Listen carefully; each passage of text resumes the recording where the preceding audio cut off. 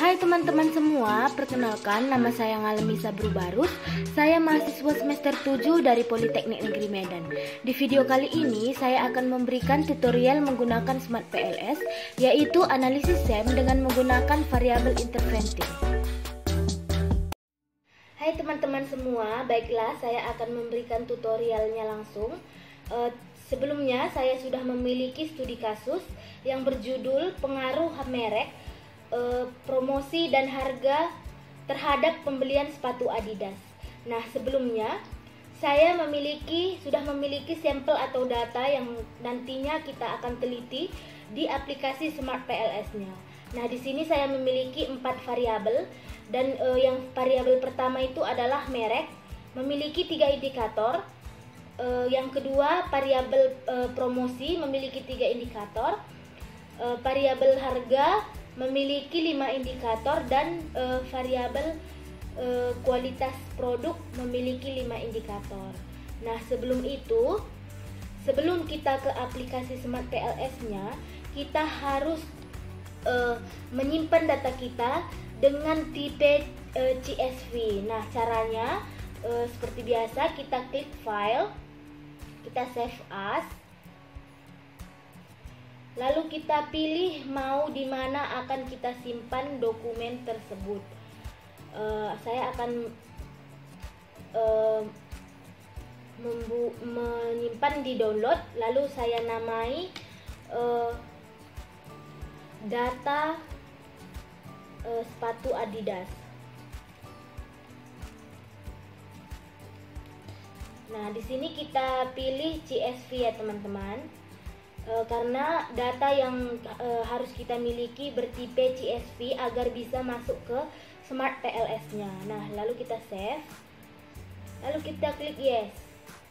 Nah, berikutnya kita langsung ke aplikasi Smart PLS-nya. Di sini ini adalah tampilan pertama yang kita dapatkan dari Smart PLS ini. Nah, di sini kita akan langsung saja ke pertama, kita klik new project dan kita membuat nama project apa yang ingin kita buat. Nah, di sini saya membuat uji, judulnya uji data sepatu Adidas. Nah, kita klik OK. Nah, di sini sudah ada tampilan uji data kita. Nah, di sini kita double klik untuk menginput data kita masuk ke Smart PLS-nya. Nah, di sini kita input data yang sudah tadi kita simpan. Kita pilih open, lalu kita klik OK. Nah, di sini sudah ada tampilan data kita dan data kita tersebut sudah terinput ke dalam aplikasi Smart PLS-nya. Nah, di sini untuk melihat indikator-indikator yang kita miliki dari data kita dapat mengklik uji data sepatu Adidas ini dengan double klik. Lalu kita klik. Nah, di sini sudah ada tampilan indikator yang kita miliki. Mulai dari merek, promosi, harga sampai dengan kualitas produk sudah terlihat di sini. Nah, di sini kita akan memindahkan indikator kita ini ke lembar kerja ini untuk kita hubungkan nantinya. Nah, caranya kita blok dulu indikator yang pertama, kita pindahkan ke lembar kerjanya. Lalu kita blok juga, begitu juga dengan indikator yang kedua. Sama juga dengan indikator ketiga, kita blok juga dan kita pindahkan. Dan indikator keempat juga begitu.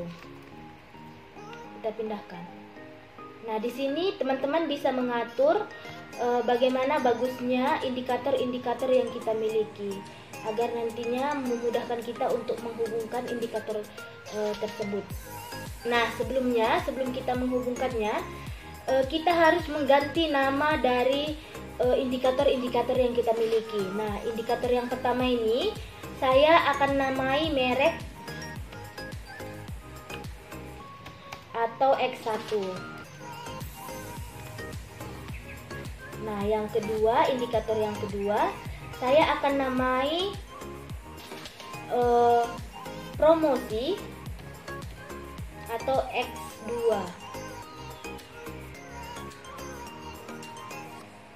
Indikator yang ketiga saya namai harga atau Y.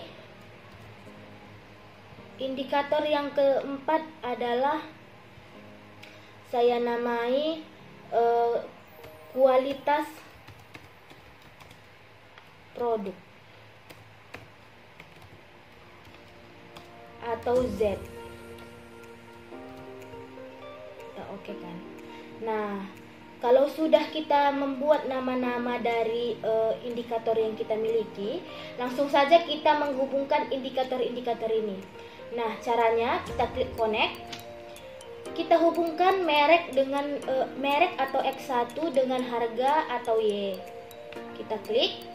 Lalu kita hubungkan promosi atau X2 ke harga atau Y. Nah, kita hubungkan lagi. Lalu kita hubungkan lagi merek atau X1 ke kualitas produk atau Z. Kita hubungkan ya teman-teman. Nah, lalu kita hubungkan juga promosi ke kualitas produk atau Z. Nah, ini dia. Jika data kita sudah terhubung semua, maka tampilan indikator-indikator kita akan menjadi biru. Nah, setelah indikator-indikator kita sudah terhubung, di sini kita akan melakukan outer model dan inner model dengan Smart PLS yang kita miliki. Nah, di sini kita ke PPT kita dulu ya teman-teman. Nah, di sini saya sudah menyiapkan penjelasan tentang Smart PLS ini. Nah, yang pertama, uji model pengukuran atau outer model. Nah, suatu konsep dan model penelitian tidak dapat diuji dari suatu model prediksi, hubungan relation dan kausal jika belum melewati tahap purifikasi dalam model pengukuran. Outer model merupakan model pengukuran atau measurement model untuk menilai validitas dan reliabilitas model. Menurut Abdillah dan Hartono 2015 halaman 193, yang artinya analisis outer model dilakukan untuk memastikan bahwa measurement yang digunakan layak dijadikan pengukuran atau valid dan reliable. Yang pertama, uji validitas. Uji validitas dilakukan untuk mengetahui kemampuan instrumen penelitian mengukur apa yang seharusnya diukur data tersebut. Dan uji validitas dilakukan dengan dua cara, yaitu yang pertama, validitas konvergen atau convergent validity. Uji validitas konvergen dalam PLS dengan indikator reflektif dinilai berdasarkan loading faktor atau kolerasi antara skor item dengan skor konstruk. Indikator-indikator yang mengukur konstruk tersebut. Dalam makna lain, nilai validitas konvergen adalah nilai loading faktor pada variabel letter dengan indikatornya.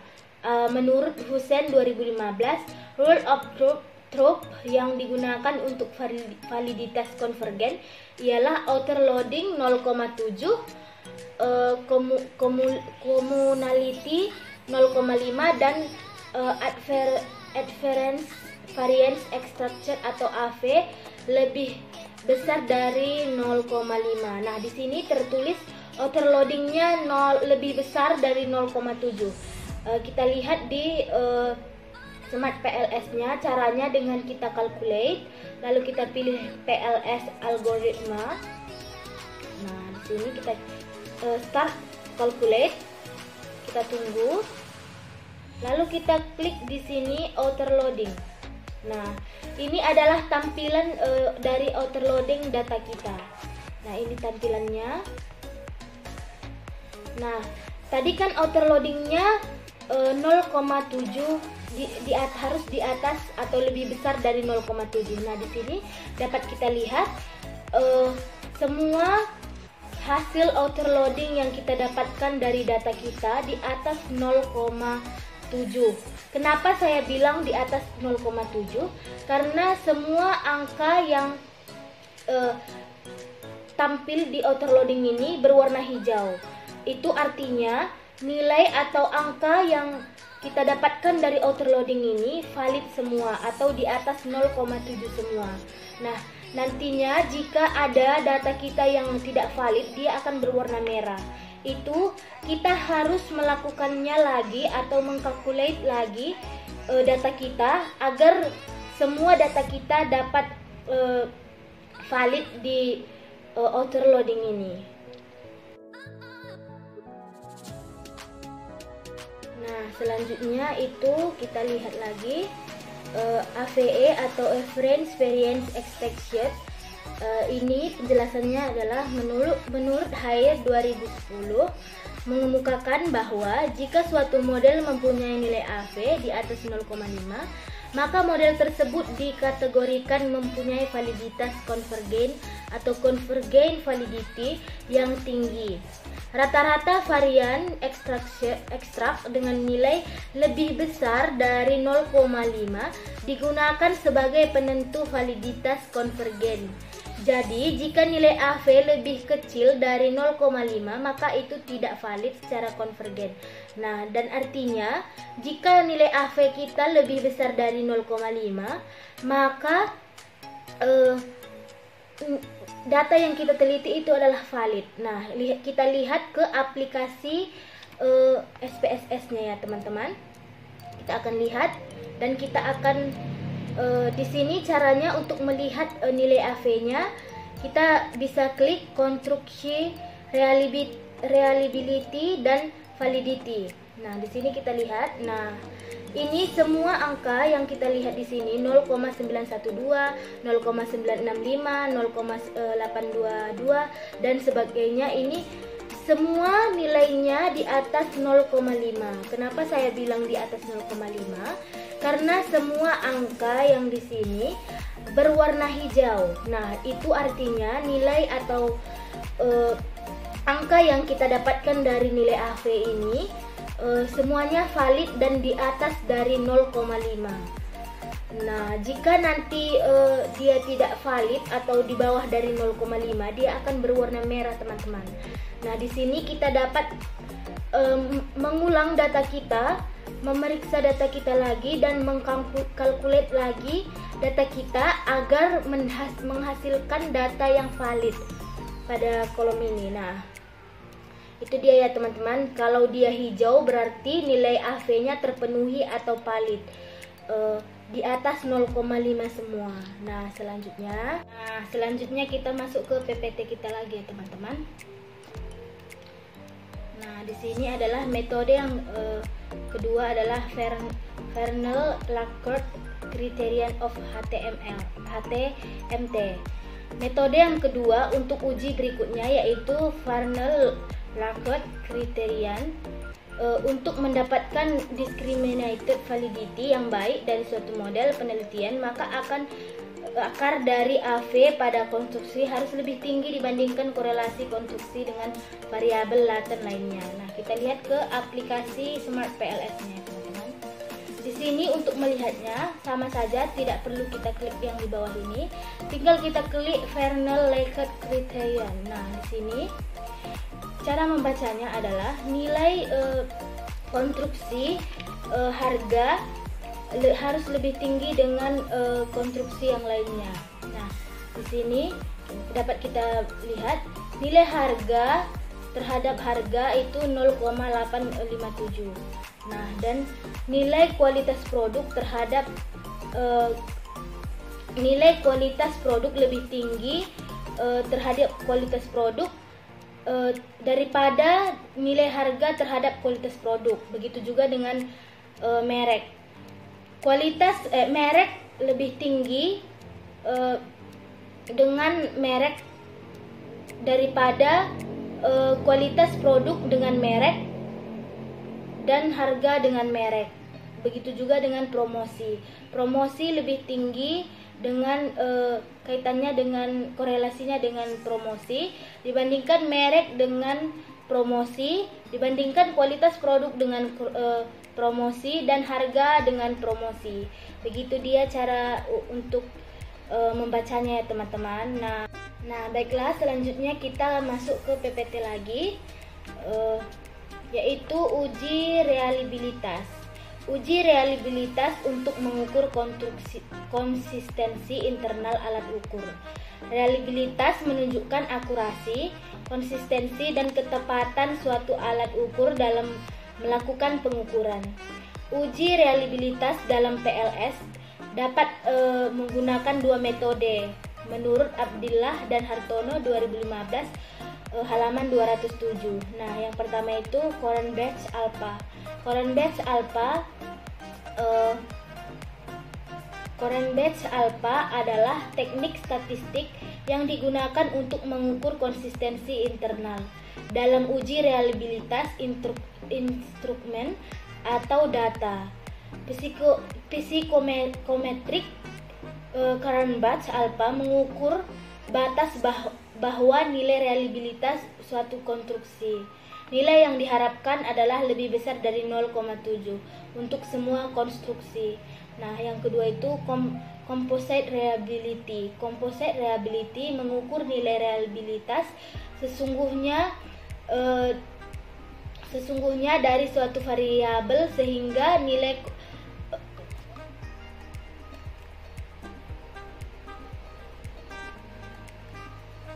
maaf ya teman-teman. Yang kedua itu composite reliability. Composite reliability mengukur nilai reliabilitas sesungguhnya dari suatu variabel sehingga nilai composite reliability selalu lebih tinggi dibandingkan nilai dari Coren-Betz-Alpha. Namun composite reliability dinilai lebih baik dalam mengestimasi konsistensi internal suatu konstruk. Nilai composite harus lebih besar dari 0,7. Nah, di sini dapat kita lihat di aplikasi Smart PLS-nya. Nah, di sini kita klik konstruksi, reliabilitas, dan validitas untuk melihat nilai konstruksi pada data kita. Nah, ini dia nilainya ya teman-teman. Nah, di sini dapat kita lihat nilai konstruksi pada tabel kita ini menunjukkan lebih dari 0,7. Kenapa? Karena semua angka yang muncul di sini berwarna hijau, dan itu artinya semua angka yang konstruksi kita ini di atas 0,7.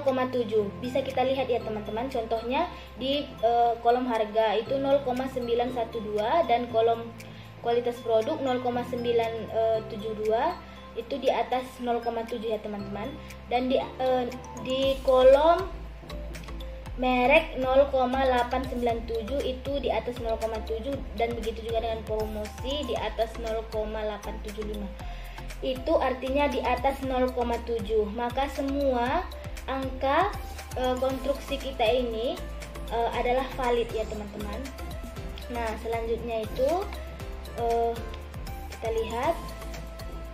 Berdasarkan tabel tersebut dapat kita simpulkan bahwa semua konstruksi reliable baik composite reliability maupun Coren-Betz-Alpha mempunyai nilai di atas 0,7. Karena tadi semua kita lihat berwarna hijau ya teman-teman, bukan berwarna merah. Kalau dia berwarna merah itu artinya dia di bawah 0,7. Dengan demikian, semua variabel pada model penelitian ini memiliki interval konsistensi reliability. Nah, selanjutnya adalah pengujian model struktural atau inner model.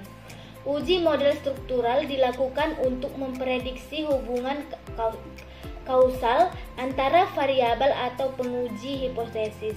Menurut Abdillah dan Hartono 2015, halaman 208. Analisis struktural model dilakukan untuk memastikan model struktural yang dibangun robus dan akurat, menurut Hussein 2015. Pengujian model struktural atau inner model dilakukan untuk melihat hubungan antara konstruk nilai signifikan dan R-square dan model penelitian. Model ini dievaluasi dengan menggunakan R-square untuk konstruksi dependen uji T dan signifikan dari koefisien parameter jalur struktural. Dalam proses penilaian model penelitian dengan PLS, dimulai dengan melihat R-square untuk setiap variabel laten dependen. Nah, di sini nilai R2 atau R-square digunakan untuk mengukur tingkat variabel perubahan variabel independen terhadap variabel dependen. Semakin tinggi nilai R-square atau berarti semakin baik model prediksi dari model penelitian yang diajukan. Namun R-square bukanlah parameter atau absolut dalam mengukur ketepatan model prediksi karena dasarnya hubungan teoris adalah parameter yang paling utama menjalankan hubungan konstruksi itu atau Abdillah dan Hartono menurut Abdillah dan Hartono 2015 halaman 197. Nilai R-square dapat mendeteksi pengaruh langsung dari variabel eksogen tertentu terhadap variabel endogen.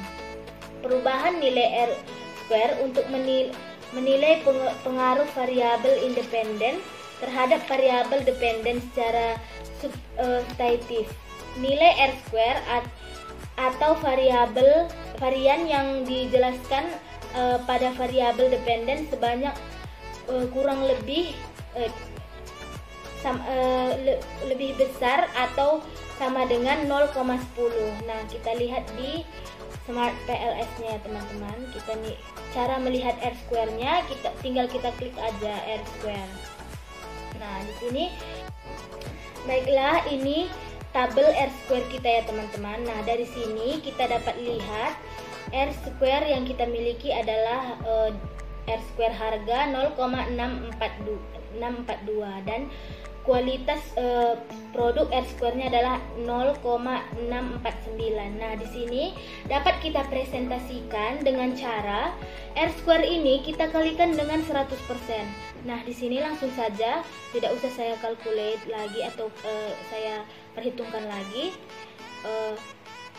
Di sini R-square harga 0,642 kali 100% adalah 64% dan nilai R-square kualitas produk 0,649% dikali dengan 100% adalah 64% juga. Nah, kita masuk ke PPT-nya. Nah, tabel tersebut menunjukkan nilai R-square untuk variabel Y diperoleh sebesar 0,642.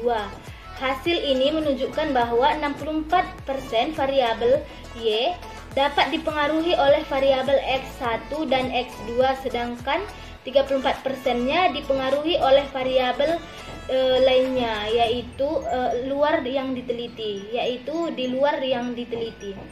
Begitu pun untuk Z diperoleh nilai sebesar 0,649. Hasil ini menunjukkan bahwa 64% variabel Z dapat dipengaruhi oleh variabel X dan X1 dan X2, sedangkan 34% dipengaruhi oleh variabel lain di luar yang diteliti. Jadi, semakin tinggi nilai R-square, maka semakin besar kemampuan variabel independen tersebut dapat menjelaskan variabel dependen sehingga semakin persamaan struktural. Baiklah, selanjutnya kita ke uji hipotesis. Uji hipotesis. Dalam PLS, pengujian secara statistik setiap hubungan yang dihipotesiskan dilakukan dengan menggunakan simulasi. Hasil pengujian hipotesis dapat diperoleh dengan menjelaskan program dan bootstrapping. Dalam hal ini dilakukan hitungan dengan bootstrap terhadap sampel. Pengujian dengan bootstrap dimaksud untuk meminimalkan masalah ketidaknormalan data penelitian. Pada dasar yang digunakan dalam pengujian hipotesis adalah nilai yang terbesar terdapat pada output PET confident. Nah, caranya kita ke aplikasi SPSS-nya, kita klik uji sepatu Adidas. Nah, kita calculate, kita bootstrapping, kita klik. Lalu kita start calculate, kita tunggu.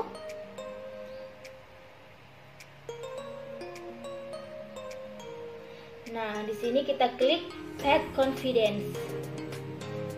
Nah, ini adalah nilai-nilai confident dari P values-nya adalah 0,824 dan 0,885. Ini adalah nilai confident dari data yang kita miliki ya teman-teman.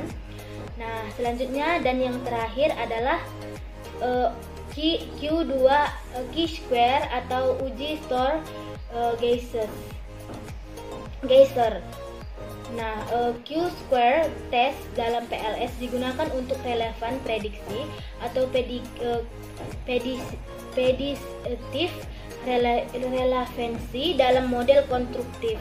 Q-square mengukur seberapa baik nilai observasi yang dilakukan atau dihasilkan oleh model dan juga estimasi parameternya. Nah, menurut para ahli, jika nilainya lebih besar dari 0, maka sudah memiliki nilai observasi yang baik. Nah, kita lihat ke Smart PLS-nya teman-teman. Cara melihatnya, kita double klik lagi uji data sepatu Adidas, lalu kita calculate, lalu kita pilih blindfolding. Nah, lalu kita start calculate, kita tunggu. Nah, ini dia hasil dari Q-square-nya ya teman-teman. Nah, di sini tadi kan dikatakan menurut para ahli, jika nilai lebih besar dari 0, maka sudah memiliki nilai observasi yang baik. Nah, dari data yang kita teliti, nilai observasi pada data ini adalah baik, yaitu di atas lebih besar dari 0, yaitu 0,415 dan 0,536. Baiklah, sekian dulu video dari saya. Semoga tutorial yang saya berikan dapat bermanfaat bagi teman-teman semua. Sekian dan terima kasih.